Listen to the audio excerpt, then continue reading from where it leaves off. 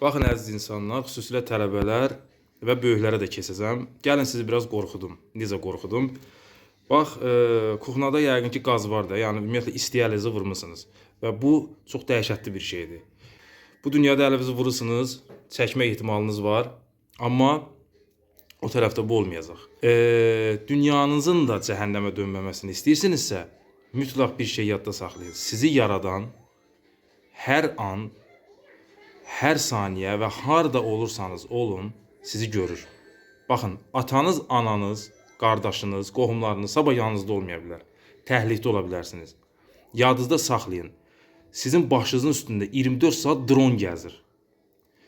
Sizi çəkirlər. Ata zəng gedir, övlad telefonunu açmır. Ataya yalan danışır.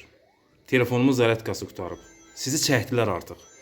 Səni qeydiyyata aldılar. Sabah burnundan gətirəcəklər. Yoldaşını almısan, min bir əziyyətlə toy eləmisən, sabah başqa qadının yanındasan. Və onu alladısan, zəng gelir deyəsən başqa yerdəyəm. Səni çəkən çəkib artıq. Gənclər tinlərdə siqaret çəkir, atası gələn kimi tullayır yerə. Səni çəkən çəkib artıq. Baxın, övladı yola gətirməyin, tərbiyə eləməyin ən təsirli metodu budur. Baxın, ayaq yolunda təhsil insanın özü olur. Ayaq yolunda. Orada belə Allah səni izləyir. Ana ata boğazından kəsir, övlada pul verir ki, get kursa, məktəbə dərs oxu. O gedir avarasılıqla məşğul olur və elə bilir ki, bunu heç kim görmür.